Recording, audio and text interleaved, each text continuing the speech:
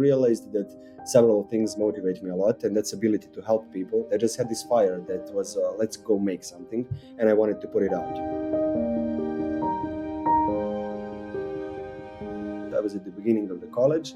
I was working as a freelancer to be able to pay my rent. But then we started this small venture with no investments. It was kind of juggling between three things constantly and like being overworked for like a lot of time. Earned some money, invested that into a brand new PC with which I started developing games. Made a game and it gained some popularity. We opened up a company. We exist for 5.5 years now. We've grown to more than 50 people.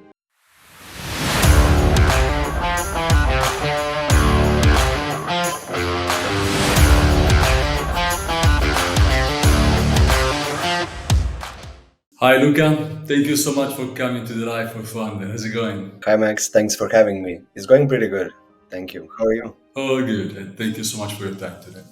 So, LOAF, it's about you, not your startup. So, it's more an intro into your life. Now, would you like to start with giving me a snapshot of who you are, where you come from, and how it all started in your career as an entrepreneur? Yeah, sure thing. It's a long story, as every origin story is, but I'll try to narrow it down to the shortest possible. So basically, I've started the career back in high school when I was in first grade and started doing some UI logos for other businesses online. Earned some money, invested that into a brand new PC with which I started developing games, right? And my friend and me made a game and it gained some popularity. We opened up a company as we made a deal with a company from Canada who was our publisher, and we basically worked on it, released it, sold it to I think over 100k copies like in its lifetime. And basically that's when we assigned to college, and then we had to like let some things go, and we closed up that company, sold the game, and move on to other things, right? And at that point I started creating like startup ideas, which were usually web or mobile applications. And the two of us were at the beginning of the college. We developed things and realized we could make anything, but not be able to sell anything as we were kids, right? And our idea came from them, from Marble, my most recent venture and most successful one. We opened up a company that actually is performing software development services in web, mobile, and game worlds. And we do that with a variety of clients all over the world. We exist for 5.5 years now. We've grown to more than 50 people. And it's been a really exciting journey. So, yeah, that's kind of the origin story of the career. You started very young, but what was the motivation to start and keep going being an entrepreneur? Because it's a challenging journey. Motivation changed over the years. I found that, when I was young, I was not like a fully fledged person. I'm not now as well. I'm 25 now. I see many years to grow. But basically, the motivation in the beginning was pretty simple, plain one, the classic story, like the fame and fortune and let's be successful and all of that. But I never thought too much about it. I just had this fire that was, let's go make something. And I wanted to put it out. And then over the years, I've had to find motivation through difficult times and other things. And I realized that several things motivate me a lot, and that's ability to help people, like in the community, team member wise, but also our clients, and it's always a nice feeling to help people, but also like ability to learn and constantly grow as a person and as a founder, it kind of matches all together. So like that ability to grow is really important to me, and ability to constantly learn new things. And that's where I find a lot of motivation, at the end of each day, I learn something new, I'm grateful for it, and it's a great starting point for the next day, right? So those are some of the things that motivate me like the most about being a founder. But when you decided to start, sometimes some founders are very scared, some are very excited. What was your feeling? Well, that moment was kind of a tough moment in life. It was a combination of emotions. It was a bit of fear, it was a bit of anxiousness and excitement along with it. So a mixture of good and bad emotions. But at that point, that was when the co-founder and me actually started, making these startup ideas, and we tried to like pitch them to other ventures. And what we always got was a pushback where we realized, okay, we don't know anything about selling the idea. We don't know anything about sales, marketing, all these other aspects except for creating things. And then we decided like, let's do it for other people. And that moment was like a clear solution. So that's what created excitement, but still because of these kind of negative experiences, which were great in hindsight when I look back, that's what caused like some fear, some anxiousness about, okay, can we do this? But then it all just started rolling, and I figured out we can. As soon as it started, you say already now, sales, for example, was a problem. I don't know how to market, I don't know how to sales. So, in terms of operation, for example, where did you find the most struggles? Throughout Marble IT, throughout the venture, there have been many struggles along. I would say like most of the struggles, which kind of caused most of negative emotions, were in the beginning. And like one of the biggest ones for me was kind of juggling several things I had to do at the same time. Because at that moment, I was at the beginning of the college. I was working as a freelancer to be able to pay my rent and life like expenses.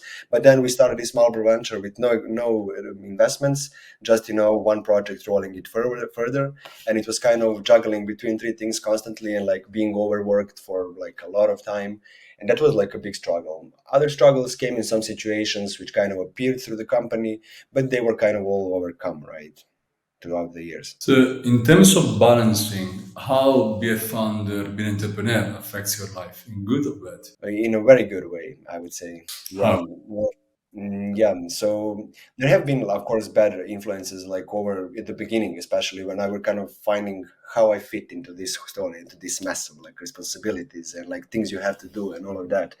But in a good way that affects me is specifically the things I've found like as a motivation. I constantly have to learn, I constantly have to grow, explore new ideas, explore new people, and that's one of the like main things that's like a good thing, that a good affection, coming from there.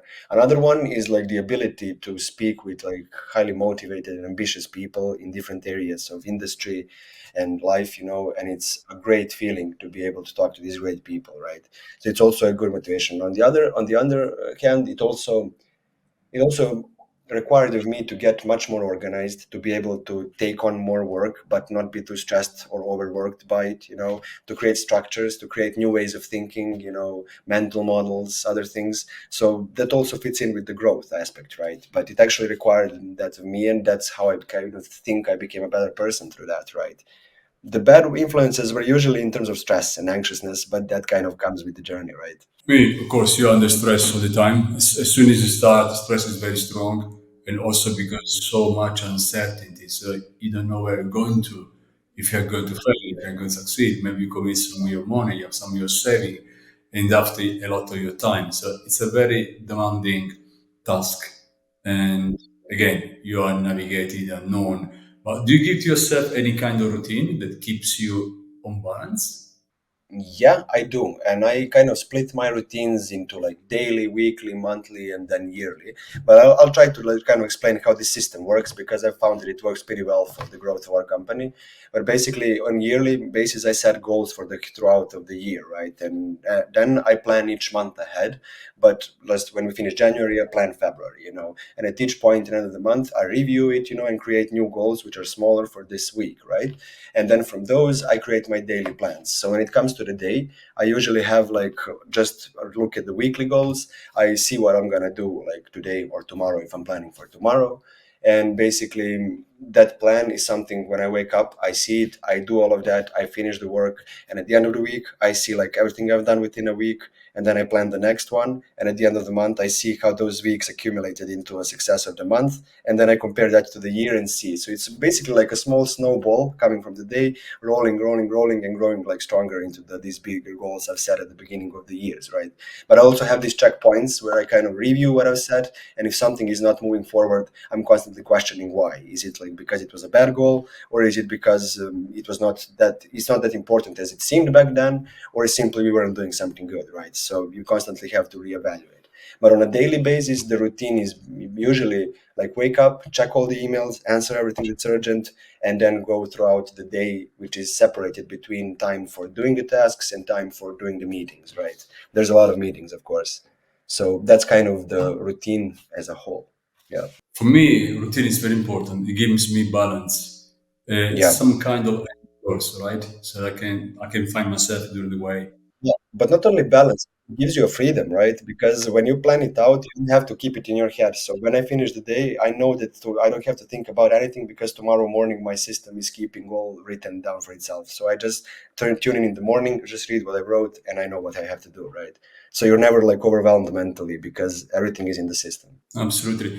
Did you think sometimes that you are the worst founder, unqualified, you will never get there, and maybe it's time to quit? No, I've never had like that particular thought. Of course, I've had like bad emotions and bad maybe experiences throughout the years that can correlate to that, but never like that drastic, right? I mean, there have been situations where you kind of feel incompetent, but that's again been at the beginning of the journey when there's a situation that's happening for the first time and you have to solve it. You don't have anyone to consult about. You have your partners, but you're together for the first time in the situation. So obviously, sometimes in those situations you make mistakes, and that's where the feeling of incompetence can come from. But it was never that drastic, but because each of those like mistakes was an opportunity to learn, and we did, right? So it was fine. And yeah, it was never that like harsh. Mima, are you the person, this kind of person that believe they are always right, or you question yourself? Oh, I question myself all the time. I don't think I'm ever right, like even I try to basically always assume that I don't know things. And as much as I know, the more I don't know. And I've seen that to be true, like through the years, right? And then I trust that when it comes to this decision making, like I will always try to consult and put, but I will never try to push my way just for the sake of pushing it, because I know that I may be false. And I like wanted to create a culture that the similar mindset of people is involved. So when we communicate, they're also like fully open to say, no, I think you're wrong, But the point is, whoever says that needs to have their reasons, right? So we talk about facts, we talk about like these things, we even talk about emotions if needed, and if those emotions like involve like the feeling of being right or wrong, So I don't think I'm always right. I question myself every day, even two, three, four, five, six times. I need sometimes I need to stop questioning myself, otherwise I cannot work. But in my opinion, questioning yourself and it's very important. It's It the only is, way you can. because you can grow. Yeah, I constantly like ask for feedback, because when you're kind of at the top of the company, you don't get that frequent feedback. So I try to create a culture which will provide feedback to me. But constantly, I find myself in a situation where I just ping somebody who's there, like, do you think this is good? I just need like a third party, non-involved opinion, because I know that maybe I'm just like in the rush of things, and maybe I'm not like good mindset to make a decision right now. So yeah, feedback is always valuable, and that's the way of questioning yourself as well. Yeah, man. When I find people that really believe they're always right, I'm sorry for them. It's like you will stay in this condition Exactly. forever. How can you Work with prove it. if you're right? Yeah, yeah, yeah, true. And it's hard to work with those. What do you enjoy the most in what you're doing today in your day by day routine? Which part of the day is for you, let's say, in terms of working your as an entrepreneur, most enjoyable? Well, I enjoy a lot, so it's hard again to pinpoint one or two or three things, but I'll kind of touch on some of those. But what I enjoy is actually having calls with clients where I see that I brought immediate value, where I see that I've helped them somehow through the conversation, and when I sometimes learn something from them. So that's always like a thing I enjoy. I also like enjoy like deep work sessions when I can kind of work for a couple of hours without distractions, and produce something. And that can be either research, either creating some documentation, preparing something. That's like kind of interesting to me, because it's like you can see the work you've done. And I enjoy the creative process. Like I'm into game development, and creativity is a big part of it, right? And I'm also like now developing the R&D part of a company, where I have to do a lot of research. So like when I come to like explore some new territory where I've never been before, that's the part I enjoy a lot, because I have to kind of go step by step and structure it and learn it. During your difficult moments, you always have difficult moments where you're an entrepreneur, even though the company, for example, goes well, but you're still there.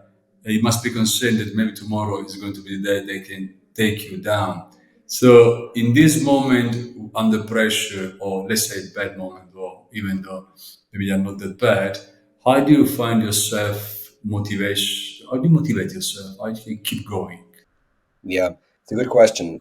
Well, for me, it's a notion of understanding that it's just the moment that will pass. It's a feeling usually, and feelings tend to pass. And like in the every journey, which includes like founder's journey, it includes company's journey, it includes life itself, it goes ups and downs, like a sine or cosine like function, right? And sometimes you're going to be at a peak, sometimes you're going to be at a bottom, but usually you're going to be somewhere in the middle, right? So I try to recognize those moments, and when I know that I'm at the bottom, I know that in a certain amount of time, which is always different amount of time, but I know it will come something better, right? So it's basically about persevering through those like harder times, and yeah, good times always come after that, right? So I think that notion helps a lot. Yeah, you need to keep yourself going. So you need to give some kind of very such a strength behind having something that really motivation, passion. This what drives founder, right? Very Yeah, much.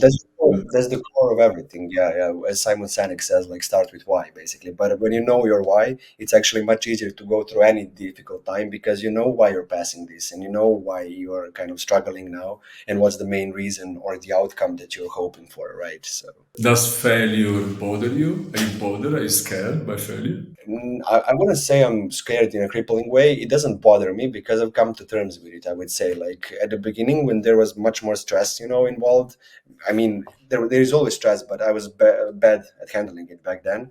I've read a lot about Stoicism, Marcus Aurelius and other type of Stoics, and like one idea there helped me a lot, and that is like if you can imagine like the worst outcome of any situation, and you will find a way to be fine with it, in a way. So at that point, I thought about what's the worst thing that can happen, like the worst case scenario, and think about it. And when I like envisioned that worst case scenario, I figured out that I already was thinking about like 10 different solutions, to that situation. And all those solutions seemed fine. Your life is not gonna like go to waste. You're gonna do something with this, right? And then I figured out, okay, this is like the worst case scenario is actually not that bad, right?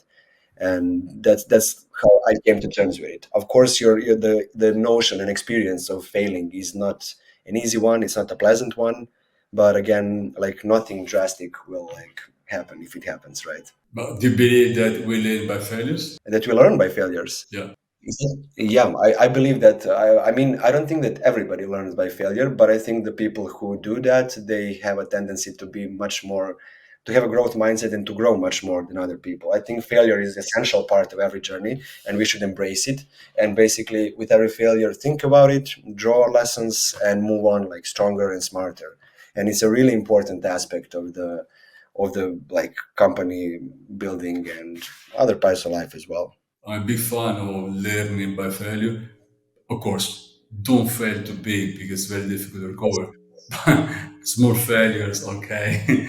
Yeah, Yeah, it is. you would accept them. And it's also a notion of kind of learning how to fail, especially with ventures. We've devised a system like a lean startup, like, okay, let's start small so we fail small. And if we fail small, it's not going to be that hard so we can move to another iteration. And it's an interesting idea where you can learn how to fail smartly because failure is an essential part.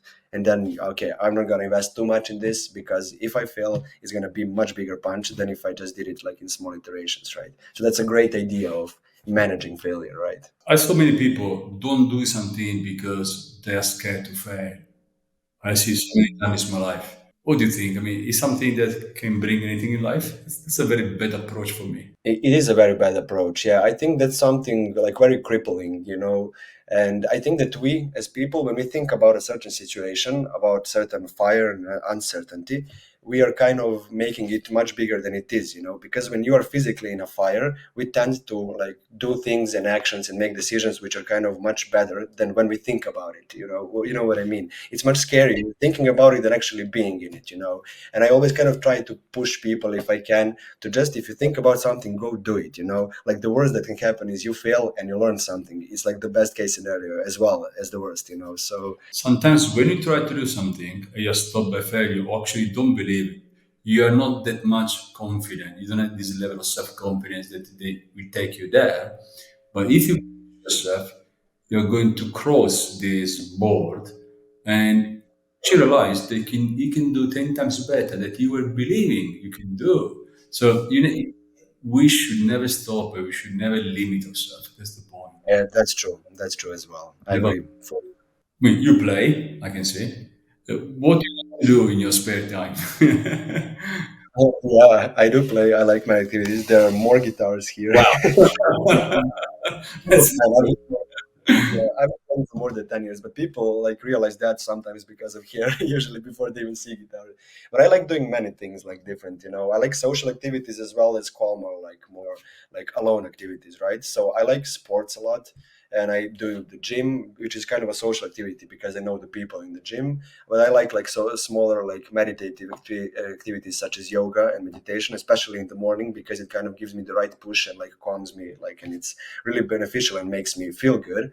But then like I like all the social activities which is like hanging out with friends, and whether it's like doing an event, going somewhere out where something's happening in the city, or just sitting and talking about stuff in a room. And then I like a lot of movies, series, books, video games, music, and all of that art basically inspires me a lot, and I consume it as much as I can because I really enjoy it, right? So that's like a big part of my like leisure activities. Like I love all of that. When you decided to start your career as an entrepreneur, now many times entrepreneurs has two choice. I go bootstrapped all the time and I grow myself, or I'm asking more into the venture capital ecosystem. And so you start taking this side, for example, having meeting, conference, tech events, and so on. Are you on the right side, on the left side, which means are you more a bootstrap founder, or do you look also to venture capitalists? Did I understand the question well? So it's whether I'm more involved in a community or I'm more kind of alone. Yes, are you more involved in the community, in the tech community, in where you live, in Serbia or wherever it is? And if you look at this side to fund your startup,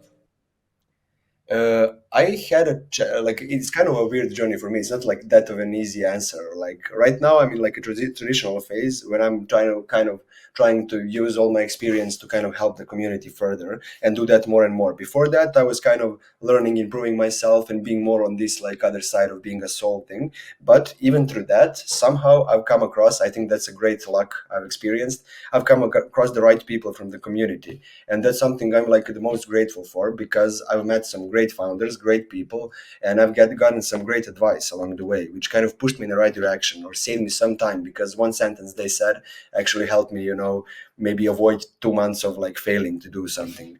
And basically that part of the community is where I was experiencing it, being on the side of a learner, and then I started my venture, kept growing, and now I see like, okay, I have the opportunity to help other learners, and I'll try to do that more and more, but then I'm kind of trying to find the ways. But through all of that work, I've met a bunch of people because we have a huge IT community here in Novi Sad and Belgrade and Niš and other cities in Serbia. So there are many events, and I try to like go to them as much as I can of them. And yeah, it's a great feeling of being involved in this community. when you go to the event, what's your take? Do you think in the tech ecosystem we are doing enough? For example, we have a statement: we must do something good for the world, make the world a better place to be. But you think we walk the talk, or we just talk? I think that's an important thing to do when you kind of grow to a certain level. Like you have some like voice, you have some saying, and that voice should be used for like goodness of the humanity or like smaller part of the society, which is kind of more local thing. So I really, really do believe that. And in terms of our IT community in Serbia, I see it happening. Like not in every venture, in every company, but a lot of them do. Like, and they create this like actions and these like movements, certain which are kind of let's plant trees in these like parks and let's do this which is good for the world, and let's organize hackathons so we help people of the city. So I've seen like a lot of these kind of events happening and which are helping the community, and I think that's great, like, right? But there are also like hustlers companies who don't tend to do that much. Like they work and grow, and yeah, maybe later on they do something. About climate change is something that touch you. Yeah, it definitely touches me a lot. Yeah, and I've researched it a lot in the past. In your case, how do you try to help the world? Right now, because I've become very interested in it like for the past, I would say, year or so, maybe a bit longer. But right now I'm still kind of on a learning path, to what the world does, to what the like government fund does do, what the companies do, and how are we solving this problem as a whole, because I'm trying to find my place of where I can help within all of these like little processes, right? And then what I've did is connected myself with a lot of sustainability people and founders and VCs, and I've talked with them over LinkedIn and over meetings. I've like attended some virtual conferences. I've started reading some books, on the issue, and I'm trying to find like newsletters and materials which kind of educate me on the subject. So I am basically in the loop, right? And in terms of that, I think like Serbia is not very like not maybe informed, but we're not like doing too much action towards sustainability. And I kind of like I'm trying to see where's the opportunity to kind of change that, here to like bring that like worldwide talk, like more into our community, and it's happening from time to time. But I think it could be much better. So maybe that's something I could do. I'm trying to explore it. Tech guys are very keen to the ecosystem, very keen to help the world. So I do believe it's a good mission for you to help the community where sometimes it's a bit outside, acts a bit like as an outsider.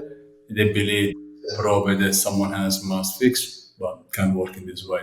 I think we all have to work together to fix it, basically, on a lot of levels. And I'm happy to see like this kind of pushes from the institutions that kind of push people to do something, right? Or even to think about it, which is a start, right?